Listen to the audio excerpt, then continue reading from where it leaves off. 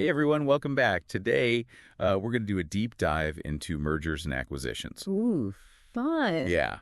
Specifically, those from the 1990s. The 90s. Things like dial-up internet, grunge music, Yeah. and a whole lot of corporate shakeups. It's a really fascinating period, especially when you compare it to the 80s. Right, like that was when Yeah. big hostile takeovers were happening. Yeah, the 80s are often seen as the era of like the really high-profile Right. hostile takeovers. Right. And to guide us through all this, we've got a classic research paper You're cool. as our compass. Okay. It's called New Evidence and Perspectives on Mergers Okay. by Andrade, Mitchell, and Stafford from 2001. This paper is really great. It really sets the stage for understanding what drove that 90s merger wave. Yeah. Which surprisingly was even bigger than the one in the 80s. Really? Yeah. That's so interesting. Okay, Yeah. so let's break this down a little bit. Okay. The paper uses data from the Center for Research and Security Prices database. And identifies three major M&A waves since the 1960s. Okay. The first wave in the 60s saw a ton of deals, Yeah. while the 80s wave was all about those mega billion-dollar mergers. Right. But the 90s wave, 90s wave, yeah. that's where things get really interesting. That's where things get really interesting. It combined the sheer volume of deals Yeah. from the 60s with the astronomical values of the 80s. Wow. It was like a perfect storm Yeah. of merger activity. So it wasn't just the size of the wave. That was different, though, right? Right, yeah. The paper highlights some key shifts in how these 90s mergers went down. Exactly. One of the biggest changes was Yeah. the use of stock as payment. Interesting. In the 90s, roughly 70% of deals involved stock, Wow. compared to only about 45% in the 80s. So instead of just straight up cash, companies were essentially using their own shares That's right. as currency to buy other companies. Yeah. Yep. That's wild. And along with that, we saw a sharp decline in hostile takeovers. Only about 4% of deals in the 90s were hostile, compared to 14% in the 80s. So they were getting friendlier. It seems like, the 90s favored friendlier stock-based deals Right. over the more aggressive tactics of the previous decade. Yeah, totally. Yeah. Was there anything else that stood out about the types of companies that were merging? Yeah, the paper points out a trend that started in the 70s Okay. and intensified in the 90s. Yeah. Mergers within the same industry. Nearly half of all mergers in the 90s involved companies that were already competitors. So it wasn't just Yeah. random companies merging. Yeah. There were clear patterns emerging based on industry. That's right. What does that tell us? This pattern suggests that mergers aren't random events. Mm-hmm.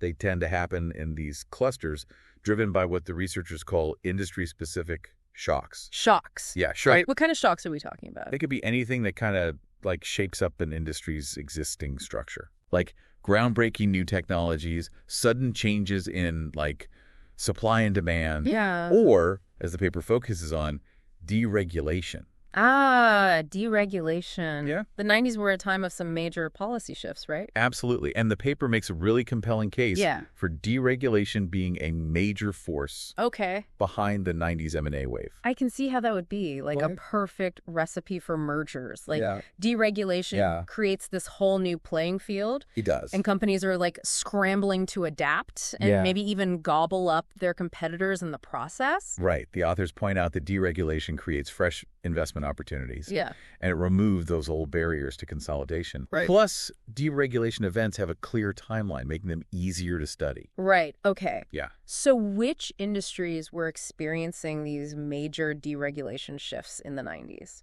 They looked at several industries Okay. that were significantly deregulated from 1973 onwards. Okay. Airlines, broadcasting, entertainment, natural gas, trucking, Wow. banking, utilities, and telecommunications.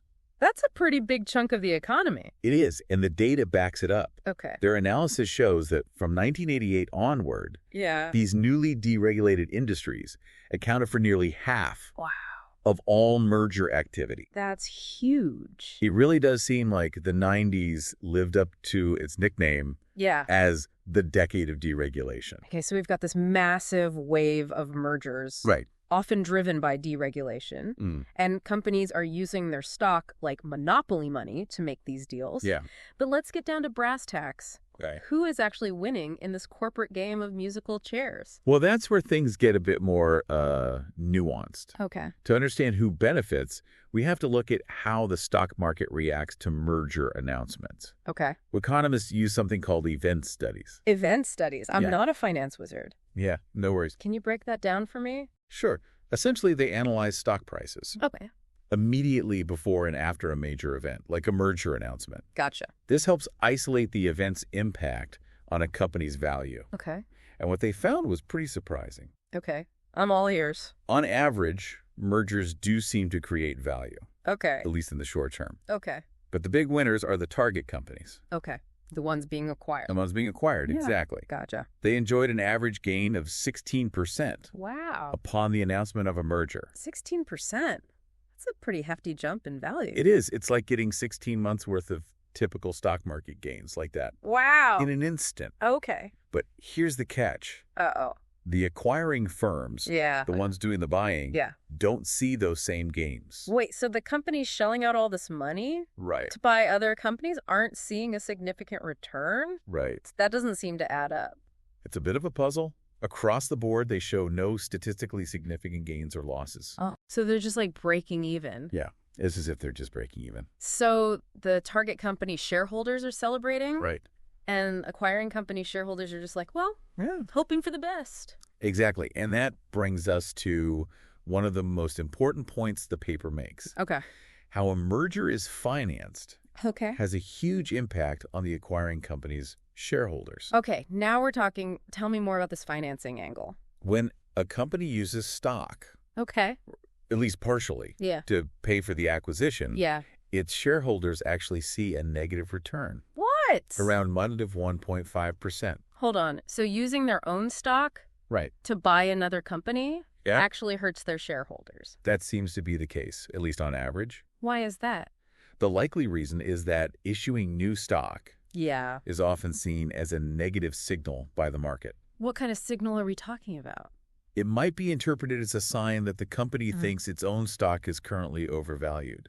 Like they're trying to capitalize? Right, like they're trying to cash in on that high valuation Yeah. by using it to buy something else. Interesting. So by issuing more stock to fund the deal, Right. they might actually be driving down the value Uh, of their existing shares. And investors pick up on that signal Wow. and react accordingly. Wow.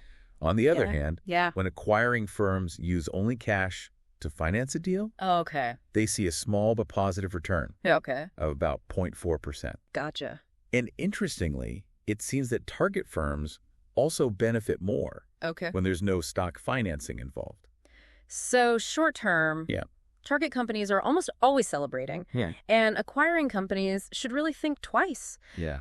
before using their own stock to make the deal. It seems like it, yeah. But what about the long-term effects? That's where things get even more complex Uh-oh. and honestly a bit murkier. What do you mean? Well, some studies have shown a negative drift Okay. in acquiring firm stock prices years after a merger. So it doesn't always work out. This suggests that the initial bump in value Yeah. might be overstated or even non-existent in the long run. Right. Now, the authors of this paper aren't entirely convinced by those long-term studies. Okay. They point out some methodological concerns with how these studies were conducted, Yeah. which could be skewing the results. So we can't say for sure Right. whether acquiring firms are ultimately better off in the long run. Not based solely on stock price, no. Gotcha. But what is interesting Yeah. is that the paper did find evidence Okay. of improved operating performance Interesting. in merged firms Okay. relative to their industry peers. So maybe the benefits aren't reflected in like flashy stock market gains, Right. but in how efficiently the combined companies operate? Precisely. And the paper specifically looked at cash flow to sales Okay. as a measure of operating performance. Gotcha. This supports the idea that mergers, when done right, Yeah. can actually lead to real improvements in how a business runs. So the picture is definitely more complex than just looking at stock prices. It is, yeah. It seems like there are both potential upsides and downsides to consider, Yeah, especially for the acquiring firm. definitely. But before we jump into why acquiring firms might not be reaping those expected rewards, let's take a quick step back. Okay. The paper focuses a lot on the 1990s. But is there anything in there about what came after? Yeah, that's a great question. That massive wave of mergers. And while the paper itself concentrates on the 90s, Yeah. its insights in the broader trends it identifies can help us understand M&A activity, Okay. even in the decades that followed. Gotcha. Remember, mergers tend to cluster by industry Mm-hmm. and are often driven by these big industry-specific shocks. So to understand the ebb and flow Right. of merger waves, we need to understand Yeah. what's shaking things up in different industries Exactly. at any given time. The specific industries might change, the key players might change, Right. but the underlying forces driving those merger waves Yeah. often follow similar patterns. So what came after deregulation as a driving force? Like Oh, what kind of shocks were shaping the M&A landscape Yeah. in the 2000s and beyond? Well, think about the rise of the internet Yeah. and the dot-com bubble in the late 90s and early 2000s. Right. That created a whole new set of opportunities and challenges. Of course. And as you might expect, you saw a wave of mergers and acquisitions in the tech sector. Ah, that makes sense. Right. Companies were scrambling to position themselves in this new digital world, Yeah. and M&A was a key part of that strategy. Right. And after the dot-com bubble burst, Yeah. you saw other factors come into play. Okay. The financial crisis of 2008 led to consolidation in the financial services industry. Right. In more recent years, globalization, emerging markets, and the increasing importance of data and AI Right. have all shaped the M&A landscape. So whether it's deregulation, technological disruption, global economic shifts, or something else entirely, Mm-hmm. these big shocks create a ripple effect, Yeah. pushing companies to adapt Mm-hmm. and often leading to a surge It seems to be the case. in mergers and acquisitions. And as for whether acquiring firms ultimately benefit, well, Yeah. that's a debate that continues to this day. This has been a fascinating look at the forces shaping the world of mergers and acquisitions. it has. But we've only just scratched the surface. Right. Stick around Yeah. as we dig deeper into the puzzle Okay. of why acquiring firms often don't see the gains they might expect. Yeah, looking forward to it. All right, we'll be right back. Okay. It seems like the big question looming over all this merger activity is, why aren't the acquiring firms consistently reaping the rewards? Right, it's a bit of a head scratcher. Yeah. We've seen how target companies often see a nice bump in their stock price. Yeah. But the acquirers, not so much. Not as much. So what's going on here? What are some of the potential explanations for this discrepancy? Well, the paper dives into a few possibilities. Right. One is that not all mergers are created equal. Right. Some are driven by a genuine desire Okay. for efficiency, synergy, or gaining a competitive edge. Right. The good reasons. Yeah, what we might call good reasons. Right. Others, however, Yeah. might be motivated by things like Yeah. empire building or CEO ego. Oh, yeah, of course. Not such good reasons Not so good. from a shareholder value perspective. Right. So it's like some companies are merging for strategic, well thought out reasons, Exactly. while others more be doing it just to get bigger Yeah, or make a splash in the headlines. exactly. And it's possible that these less strategic mergers, Yeah. the ones not based on sound business logic, Yeah. are dragging down the overall average returns for acquiring firms. That makes sense. It's like if you lumped together the investment returns of Warren Buffett Right. and someone who picks stocks by throwing darts at a board, Exactly. the overall results wouldn't be very impressive. I like that analogy. Thanks. Another factor the paper highlights is the difficulty in accurately measuring the long-term gains from mergers. Right. Because it's so long term. Yeah, it can take years, even decades, Yeah. for the full effects of an acquisition to play out. Right. And it's tough to isolate those effects from all the other factors Yeah. impacting a company and its industry over time. So it's possible that some of the long-term benefits of mergers are flying under the radar It's certainly a possibility. because they're just hard to measure. Yeah, think about it. Yeah. You're trying to measure the impact of one specific event, the merger, Right. on a company's performance. Yeah. But the business world is constantly changing. Of course. New technologies emerge, competitors adapt, consumer preferences shift. Right. It's like trying to hit a moving target. It sounds like a data analysis nightmare. It can be. But if we can't always rely on stock prices or easily quantifiable metrics to judge the success of a merger, Yeah. what can we look at? Well, as we discussed earlier, Yeah. the paper did find evidence Yeah. of improved operating performance in merged firms, Right. particularly when looking at cash flow to sales. Gotcha. That suggests that the benefits might be more subtle, Okay. less about short-term stock pops, Yeah. and more about long-term operational improvements. So maybe the real value of a merger lies in things like streamlining operations, combining resources, or eliminating redundancies. Things that might not immediately show up on a balance sheet, Right. but make the combined company more efficient and competitive in the long run. Precisely. It's about creating a stronger, more resilient business that can weather the inevitable storms of the market. It's not just about... But the paper also reminds us that even the most well-executed merger might not lead to blockbuster profits. Right. Because while markets are incredibly competitive... Right. You're not just playing against yourself in the business world. You're not, no. It's a constant battle for market share, customers, and innovation. Exactly. And that competitive intensity makes it difficult for any company to consistently earn those massive, long-lasting returns on their investments, including those made through mergers and acquisitions. Right. Even if a merger is a good idea on paper and leads to operational improvements, the company might still struggle to turn that into consistent, long-term stock market success. Right.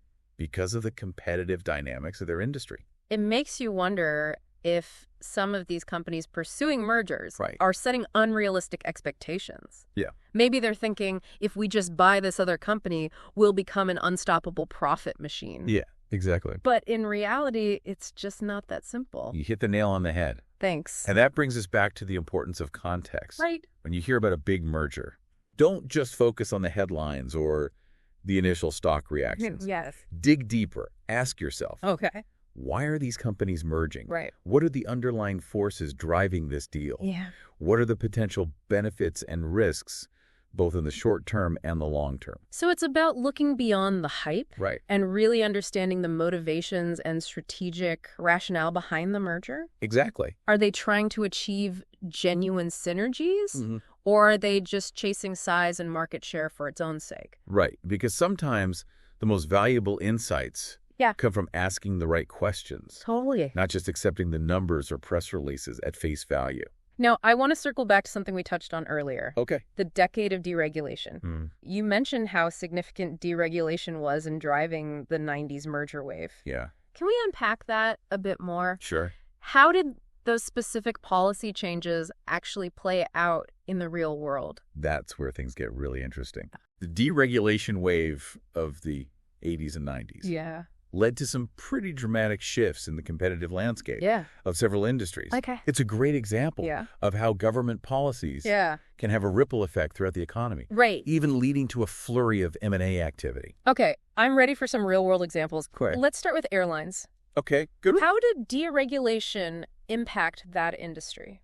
Before deregulation in 1978, the airline industry was tightly controlled by the Civil Aeronautics Board. Oh, wow. They regulated routes, fares, and even which airlines could enter the market. So it was a much more controlled, predictable environment. It was. Not the free-for-all we see today, Right. with airlines constantly adjusting prices and routes. Exactly. But deregulation changed all that. Airlines were suddenly free to set their own fares, fly wherever they wanted, and compete more aggressively for passengers. Right. It was like someone fired the starting pistol for a corporate race. I can imagine that created a lot of chaos and uncertainty. It did. How did airlines respond to this new, more competitive environment? They had to adapt quickly. Right. And one way they did that was through mergers and acquisitions. Airlines started buying up their competitors to expand their networks, gain access to new markets, and achieve those all-important economies of scale. So it wasn't just about survival. It wasn't just about survival, no. It was about leveraging M&A to become a bigger, more powerful player in this newly deregulated market. That's a great way to put it. It was a land grab, in a sense, with airlines vying for control of routes, gates, and passengers. Totally. And we saw similar patterns in other industries, too. Like which ones? Give me another example of how deregulation fueled M&A activity. Let's look at telecommunications. Okay. The breakup of AT&T in the 1980s. Yeah. Followed by further deregulation, opened the door for new competitors. Right.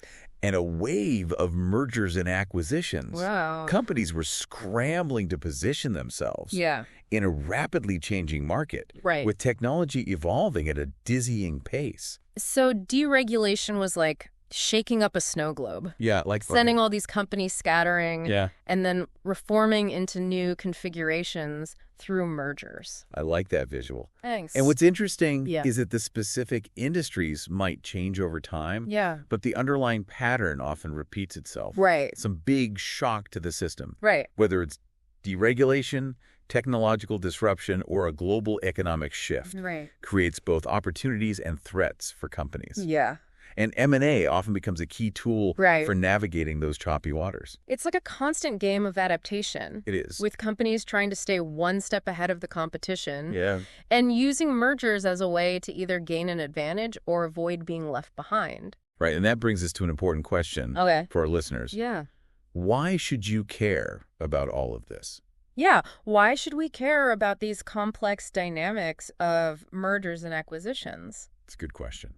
It's easy to think of it as a game played by corporate bigwigs in fancy boardrooms. Yeah. But how does it connect to the everyday lives? Yeah, how does it? The people outside those boardrooms. That's a crucial point. Yeah. If we connect this back to the bigger picture, understanding these dynamics can help you make more informed decisions. Okay. Whether you're an investor, an employee, right, or just a curious observer of the business world. Okay, I'm intrigued.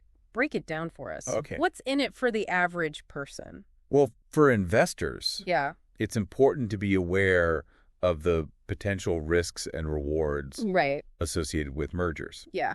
As we've seen, target company shareholders tend to benefit in the short term, while acquiring firms often see less predictable outcomes. So knowing the history of trends of mergers, like the ones we've been discussing, can give investors a bit of an edge when evaluating investment opportunities. It can. They can ask those critical questions about the why behind a merger and not just get caught up in the hype. Exactly. And for employees, understanding these dynamics can help you anticipate how industry shifts. Might affect your job or your career path. Right. If your company is in an industry undergoing a wave of consolidation.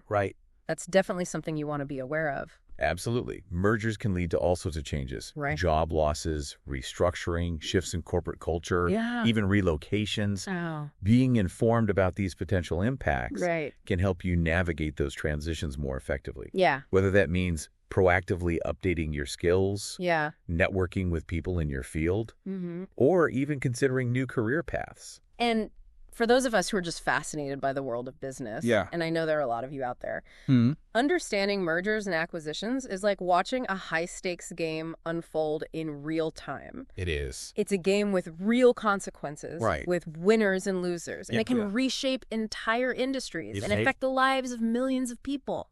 It's a game of power, strategy, and the relentless pursuit of growth and profit in a constantly evolving marketplace. I'm starting to see why people get hooked on this stuff. It's like a giant chess match. It is, But instead of pawns and rooks, you're moving around companies in billions of dollars. That's a great analogy. Thanks. And remember, the rules of the game are always changing. Driven by those shocks we talked about earlier.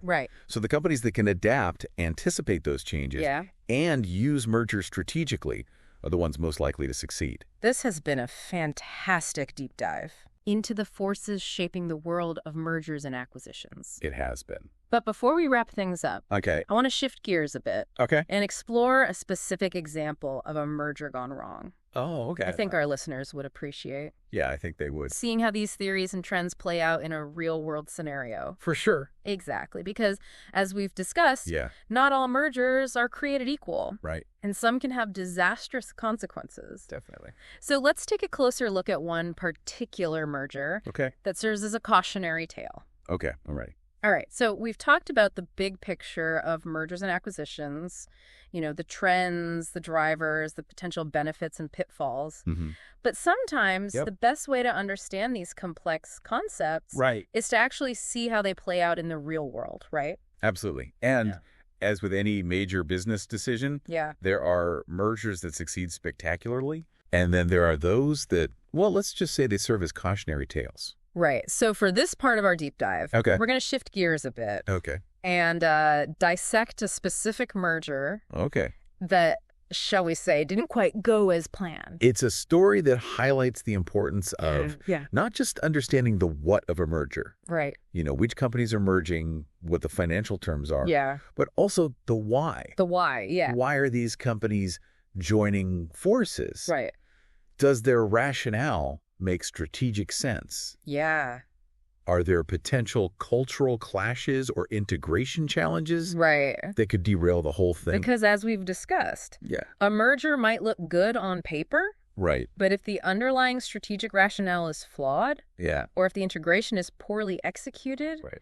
things can go south pretty quickly. Precisely. And the example we're going to look at today Okay. is a classic case of a merger that seemed like a good idea at the time. It even had that synergy buzzword attached to it, Right. but ultimately Yeah. ended in a messy and costly breakup. Okay, you've piqued my curiosity. Lay it on us. Right. What merger are we dissecting?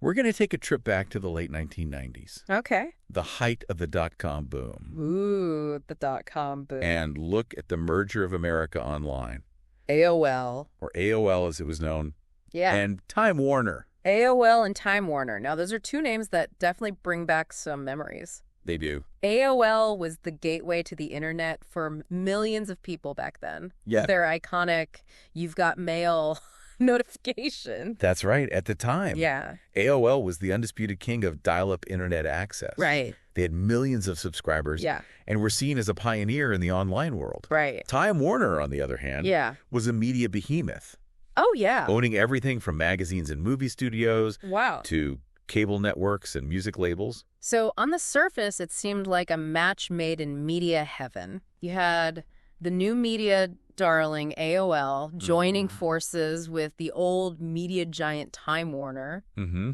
They were calling it the merger of the century, weren't they? They were, and there was a lot of hype Yeah. surrounding the deal. Yeah. The idea was that AOL's digital expertise Right. and massive online audience Yeah. would combine with Time Warner's vast content library and distribution channels Right. to create a truly unstoppable media powerhouse. It's that synergy idea we talked about earlier, right? Exactly. The belief that the combined company would be worth more than the sum of its parts. And the deal was structured as a stock swap Okay. with AOL, Yeah. despite being the smaller company Right. actually acquiring Time Warner Wow. in a deal valued at a staggering Wow. $164 billion. $164 billion. That's a lot of zeros. It was the largest corporate merger in history at that time. So what went wrong? Good question. Did those synergies just not materialize as expected? That's part of it. The promised synergies proved much harder to achieve than anticipated. Right.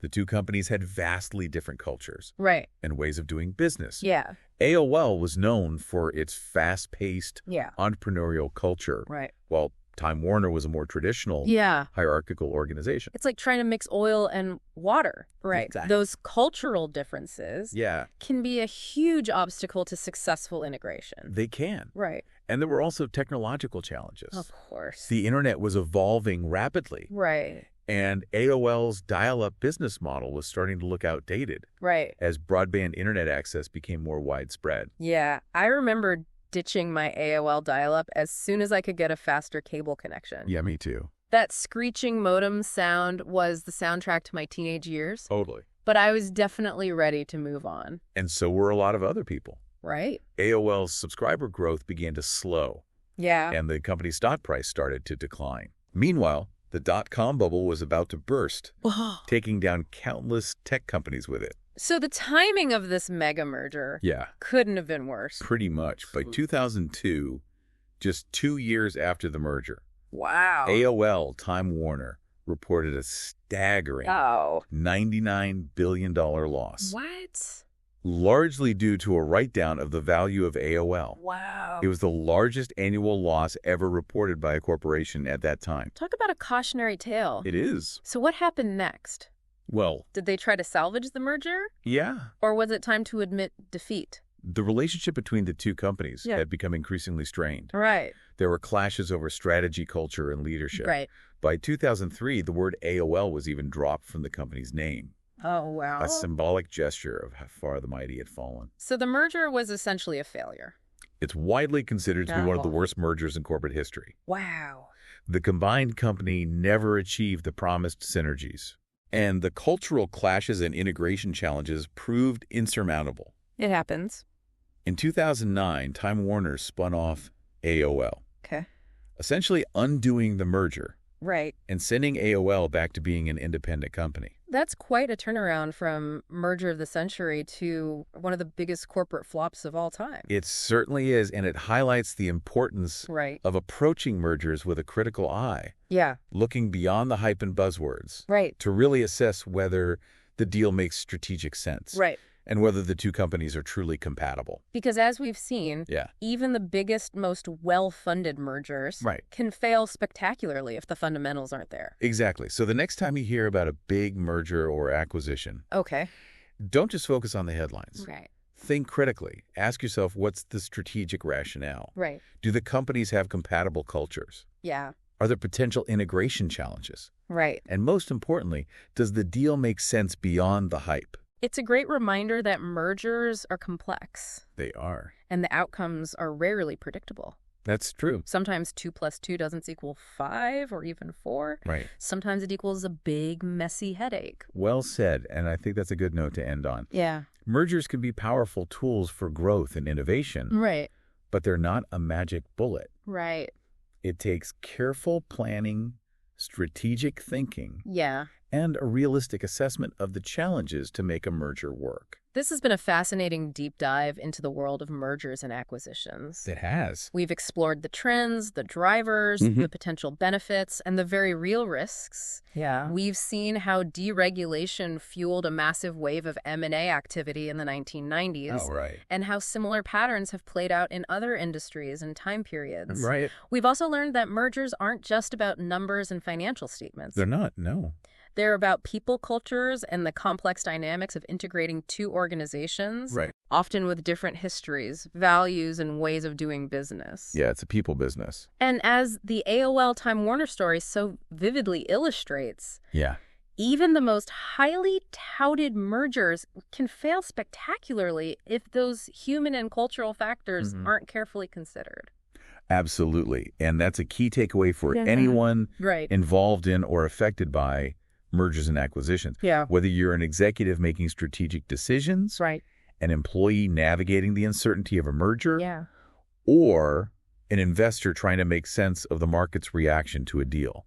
So as we wrap up this deep dive, Yeah. we encourage you to keep those insights in mind. Mm-hmm. Approach mergers with a critical eye. Yeah, Ask the right questions. absolutely. And remember that while mergers can be a powerful engine for growth and innovation, Right. they're not a guaranteed path to success. Until next time, happy diving. Thanks for joining us.